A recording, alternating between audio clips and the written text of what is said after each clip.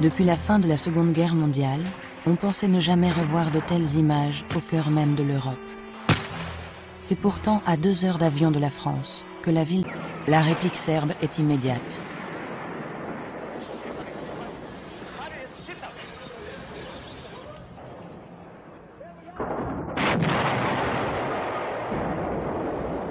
Les premiers obus tombent sur les habitants de la ville.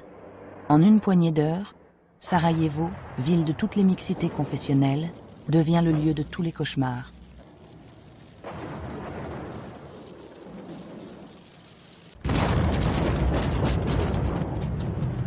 La stupéfaction des enfants, qui du jour au lendemain se retrouvent sous le feu des canons, est au diapason de celle des habitants de Sarajevo.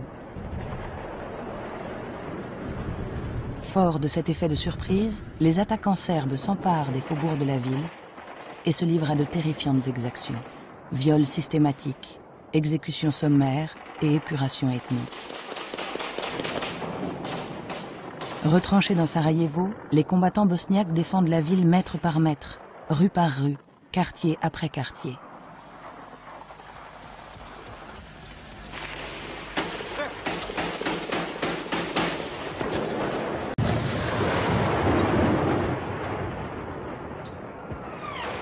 Dans la guerre d'une brutalité inouïe qui démarre, les 400 000 habitants de Sarajevo sont pris au piège.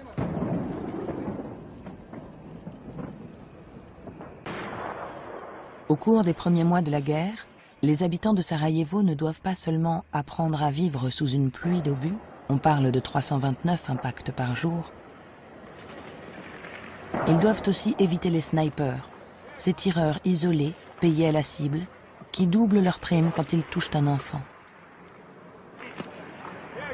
Sur l'avenue principale, rebaptisée Sniper Alley, on peut être abattu comme une bête sauvage pour quelques litres d'eau potable, devenue denrée rare.